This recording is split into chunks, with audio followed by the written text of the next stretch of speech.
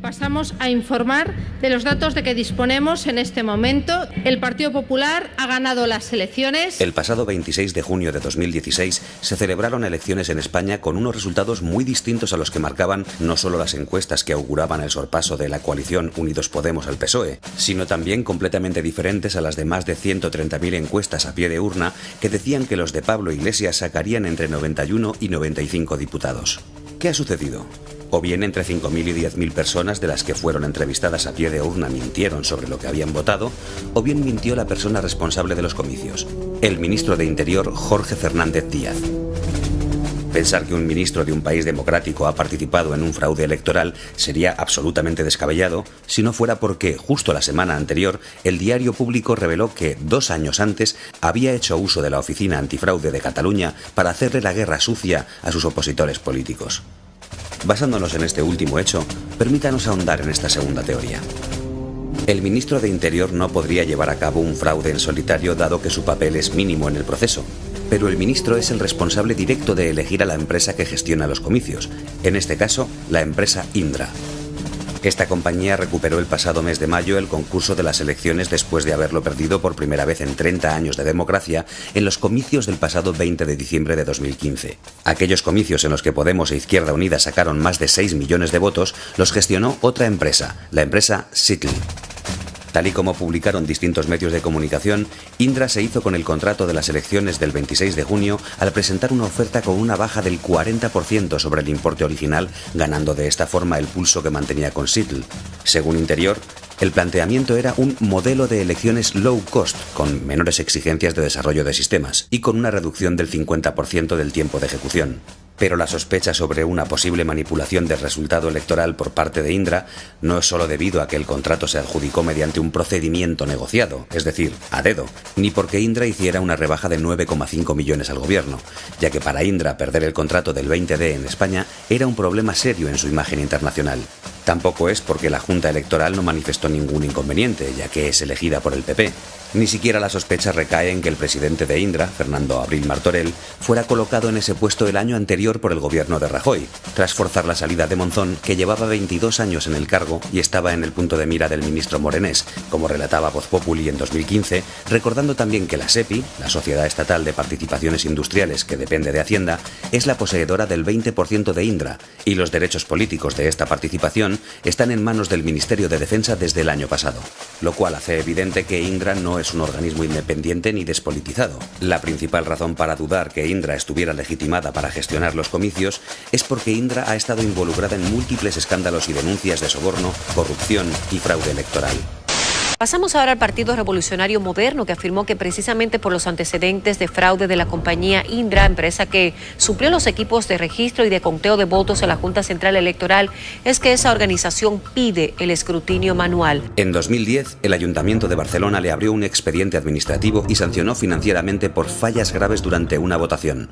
También en 2010, El País reflejó que en Argentina, Indra fue ligada a un caso de soborno por parte del exsecretario de Transporte.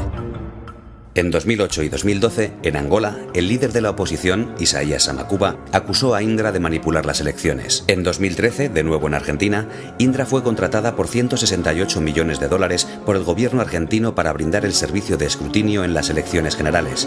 Sin embargo, unos 3 meses después de haber firmado el contrato, el gobierno lo amplió a través de una decisión administrativa para pagarle a la empresa $33 millones más. En 2014, en España, Indra fue involucrada en varios escándalos. El expresidente Felipe González usó sus vínculos con Indra para que ésta adquiriera un monto sobrevalorado de 1,5 millones de euros de la empresa de su hijo mayor, Ollauri Investment. También ese año Indra se vio implicada en el caso Púnica, una trama de corrupción de diversos ayuntamientos españoles en la que se adjudicaron servicios públicos por valor de 250 millones de euros a cambio de pagos y comisiones ilegales. Por último, la Unidad de Delincuencia Económica de la Policía Española abrió una investigación sobre una operación realizada por Indra en 2001, la compra por 44,4 millones de euros de la empresa de uno de los hijos del entonces jefe de la Generalitat catalana, Jordi Pujol Soley, a partir de la cual la compañía comenzó a conseguir contratas millonarias con la Generalitat. 2015, Sevilla, España. Fallo informático en el recuento de votos. El sistema electrónico de conteo de votos instalado por Indra para las elecciones municipales de Sevilla tuvo un fallo y mantuvo bloqueado por varios días el recuento de votos en 44 mesas electorales. 2016. Ecuador. Demandada por perjuicios. El Consejo de la Judicatura de Ecuador demandó por $32 millones a Indra el febrero pasado por incumplimiento de contrato. Indra fue contratada para implementar un sistema de administración de trámites judiciales, pero de acuerdo a una investigación de la Contraloría General de este país, hubo irregularidades en la implementación del servicio. Incluso en Venezuela, los fallos informáticos y los errores de coordinación de Indra causaron una de las primeras crisis políticas del gobierno de Hugo Chávez, que les acusó de tener intereses políticos. Pero, ¿cómo se pueden manipular unas elecciones supuestamente tan controladas en un país democrático?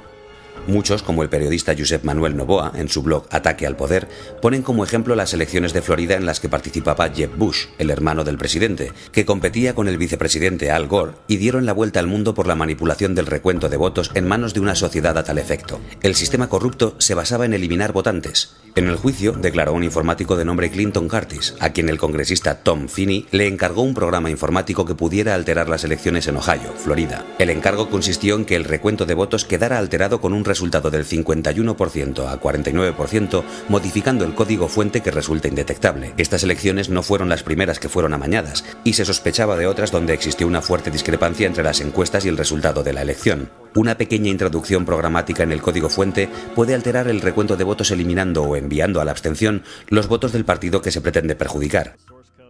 Si tuvo lugar un hecho de esta gravedad en Estados Unidos, ¿qué impide que ocurra en España?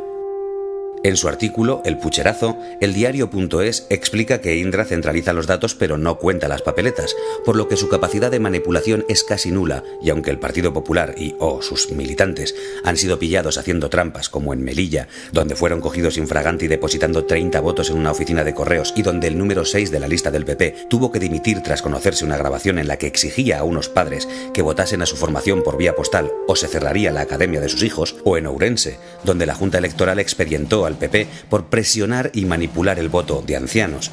Con estas trampas no haces desaparecer 1 millón de votos.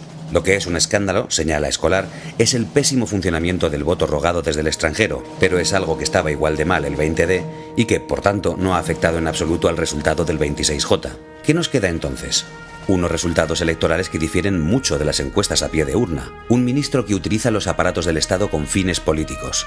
Una empresa que después de verse envuelta en varios escándalos, incluido la Púnica, y otros de fraude electoral, es escogida para gestionar unos comicios en los que la manipulación es casi nula. ¿Existe entonces posibilidad de fraude electoral? ¿Debió el ministro dimitir al revelarse las escuchas? ¿Debió ser Indra contratada después de verse envuelta en tantos escándalos?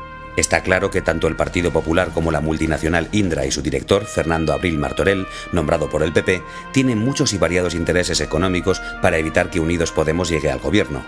Pero, ¿hay razones suficientes para sospechar del resultado electoral de las pasadas elecciones y exigir una auditoría? Tal vez todos los escándalos de corrupción y/o posibles fraudes electorales en los que se ha visto involucrado Indra sean acusaciones falsas o una conspiración perpetrada por los ayuntamientos de Barcelona y de Sevilla, junto al gobierno de Ecuador, la oposición argentina y la de Angola, e incluso los jueces que investigan la Púnica, que se han unido para dañar la reputación de Indra, que es claramente una empresa libre de sospecha de fraude electoral y está legitimada para contabilizar los votos de los españoles.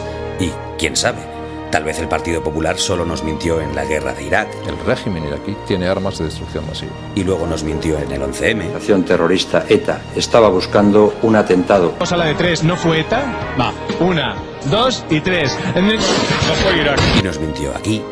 Y aquí, y aquí, y aquí, y aquí, y aquí, y aquí, y aquí, y aquí, y aquí, y aquí, y el año pasado aquí, y hace 2 meses aquí, y el mes pasado aquí, y hace una semana volvió a mentir aquí, y... no, perdón. Aquí está claro que nos dijo la verdad.